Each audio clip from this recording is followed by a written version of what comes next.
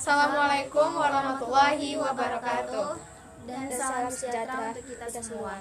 Kami dari kelas 10 MIPA 6, kelompok 6 akan mempresentasikan protista mirip jamur. Halo semua, selama ini kita pasti berpikir bahwa makhluk hidup di dunia ini hanya terdiri dari manusia, hewan, dan tumbuhan. Tapi ternyata itu salah besar loh. Karena selain manusia, hewan, dan tumbuhan, ada juga yang namanya protista. Protista adalah mikroorganisme ekariota yang bukan tumbuhan, hewan, jamur, ataupun manusia. Jadi, kayak punya klasifikasi sendiri gitu loh. Untuk mengenal lebih lanjut, mari kita simak video berikut ini.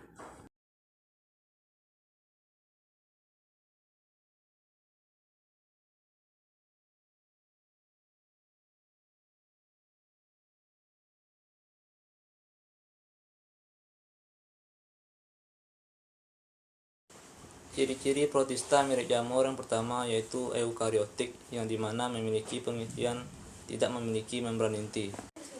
Yang kedua yaitu heterotrof, yaitu tidak dapat membuat makanan sendiri. Yang ketiga yaitu protista dapat berupa uniseluler ataupun multiseluler, di mana uniseluler berarti bersel satu atau tunggal dan multiseluler bersel banyak. Yang keempat, memiliki sporagium. Yang kelima, osmotrofik, yaitu mengambil senyawa organik terlarut dari lingkungan sebagai nutrisinya. Beberapa protista membentuk tubuh seperti buah pada tahap hidupnya. Selanjutnya, kita akan bahas klasifikasi protista mirip jamur yang terbagi menjadi 3, yaitu Myxomycota, Acrasiomycota, dan Oomycota.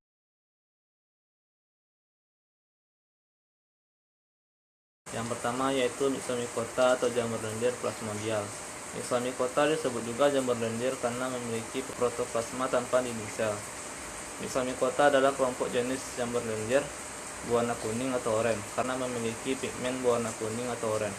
Myxomycota bersifat heterotrof karena memiliki bentuk tubuh seperti lendir yang dapat bergerak seperti amoeba.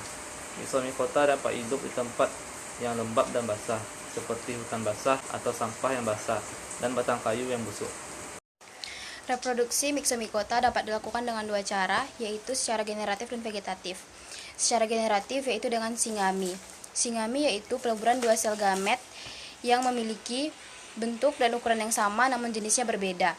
Kemudian setelah peleburan ini akan dilanjutkan dengan peleburan inti yang akan menghasilkan 2 sel zigot diploid. Sedangkan reproduksi secara vegetatif dapat dilakukan dengan spora yang akan menghasilkan sel gamet.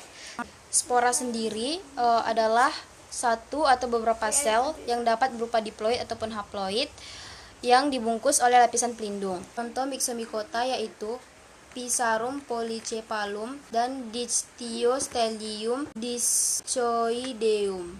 Yang keduanya berfungsi sebagai pengurai sampah organik serta pemakan bakteri. Yang kedua, Acrasiomycota atau jamur lendir seluler.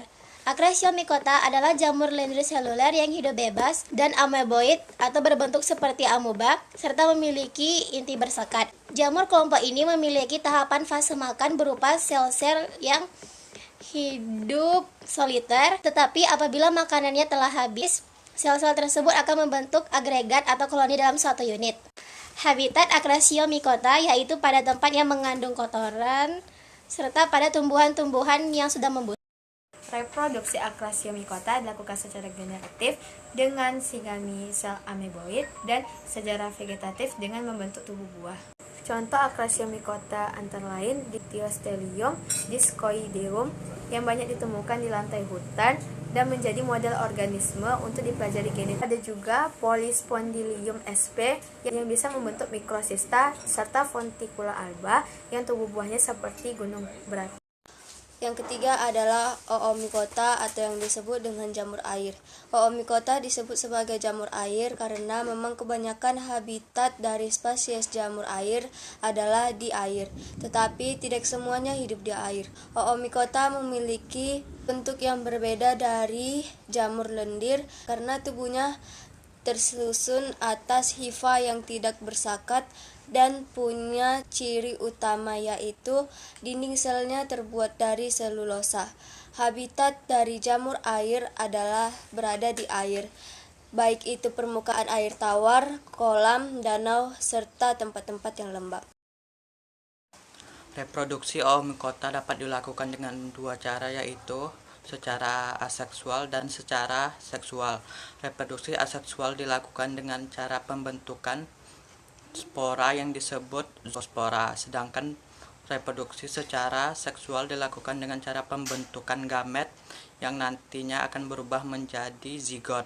Nantinya zigot ini akan membentuk oospora dan berkembang menjadi oomycota dewasa. Contoh oomycota antara lain yaitu Saprolegnia yang bersifat saprofit atau menyerap makanan pada hewan yang sudah mati, Phytophthora infestans yaitu parasit pada tanaman kentang, serta Phytophthora nicotianae yaitu parasit pada tanaman tembakau.